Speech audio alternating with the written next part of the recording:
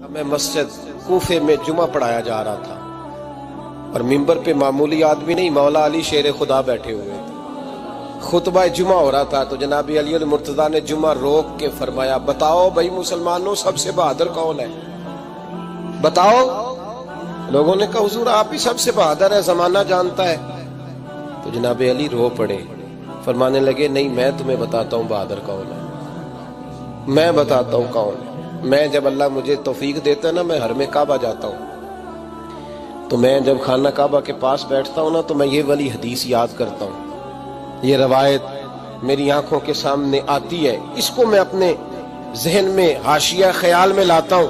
جناب علی المرتضیٰ فرمانے لگے میں بتاتا ہوں بہادر کون ہے۔ جناب کون ہے؟ فرمانے لگے ایک دن ایسا بھی آیا کہ مکے کے سارے سردار کٹھے ہو کے محبوب پاک پہ حملہ کرنے لگے، حضور کو گرا لیا نبی پاک۔ میٹھائی کھانا صرف سنت نہیں، پتھر کھانا بھی سنت ہے، صرف حلوہ کھانا سنت نہیں، پتھر کھانا بھی اس سنت کو بھی ادا کرنا۔ کہتے ہیں تھوڑے سے میٹھے چاول بھی کھا لو، کھانے کے ساتھ سنت ہے۔ میں نے کہا بھائی کبھی کبھی پتھر کھانا بھی سنت ہے، اس پر بھی توجہ کریں، اس کا بھی تھوڑا خیال فرمائیں۔ کہتے ہیں حضرت علی کے کفار مکہ نے نبی پاک صلی اللہ علیہ وسلم کو گرا لیا اور معاذ اللہ تشدد کرنے لگے۔ فرماتے ہیں کوئی زور زور سے پکار رہا تھا، میرے کانوں میں آواز آئی جب میں گھر میں تھا، کوئی زور زور سے پکار رہا تھا، اور وہ کیا کہہ رہا تھا؟ کوئی ابو بکر کو خبر کرو، کوئی صدیق اکبر کو بتاؤ کہ قریش مکہ محبوب علیہ السلام کو تکلیف دے رہے ہیں، بتاؤ۔ حضرت علی کہتے ہیں جب تک میں باہر نکلا تو میں نے ابو بکر کو دوڑتے ہوئے دیکھا، صدیق اکبر کے پیروں میں جوتا کوئی نہیں، سر پہ ٹوپی کوئی نہیں، تینوں لب دیاں آپ گواچے، سانو اپنی خبر نہیں کوئی۔ کہتے ہیں بھاگتے جا رہے ہیں، اور پھر جب صدیق اکبر پہنچے تو میں دوڑا آ رہا تھا اور منظر دیکھ بھی رہا تھا کہ ابو بکر صدیق نے ایک کافر کو ادھر پھینکا، دوسرے کو ادھر پھینکا، تیسرے کو ادھر، اور ساتھ ساتھ فرماتے جا رہے ہیں ظالموں اسے مارتے ہو جو تمہیں جنت کا راستہ دکھاتا ہے، ظالموں ان پر تشدد کرتے ہو جو تمہیں جہنم سے بچاتے ہیں، جو تمہیں اللہ کا قرب دیتے ہیں، جو تمہیں دنیا کی آزمائشوں سے بچانے آئے۔